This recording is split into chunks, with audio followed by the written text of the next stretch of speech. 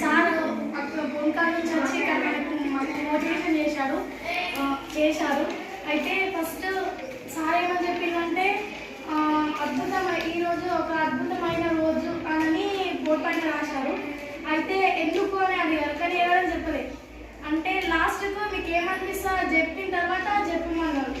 మాకు సార్ మనిషి గురించి, దైవం గురించి, పశువు గురించి మూడింటి గురించి తేడా చెప్పారు. అయితే మేము అంటే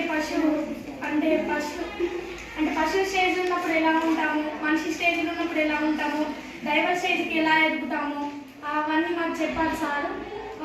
అంటే ఇప్పుడు గోల్ పోస్టర్ వేసుకోవాలా, అంటే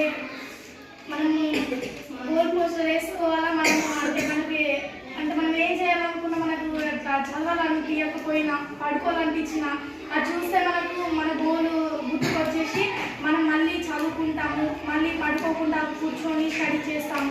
కాబట్టి గోల్ పోస్టర్ వేసుకోవాలా. సార్ మళ్ళీ వీటి గురించి చెప్పారు.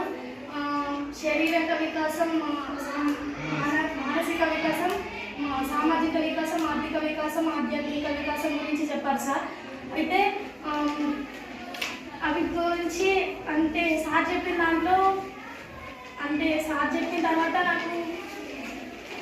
నా గోల్ నేను రీచ్ అవ్వాలి. ఎవరేమనుకున్నా, ఎవరు నన్ను చూసి నవ్వి నా కామెంట్ చేసినా, నువ్వేం చేస్తావులే, నీకేం వస్తావులే అని అన్న వాళ్ళకి నేను నా గోల్ చేరుకొని అందరికీ చూపెట్టి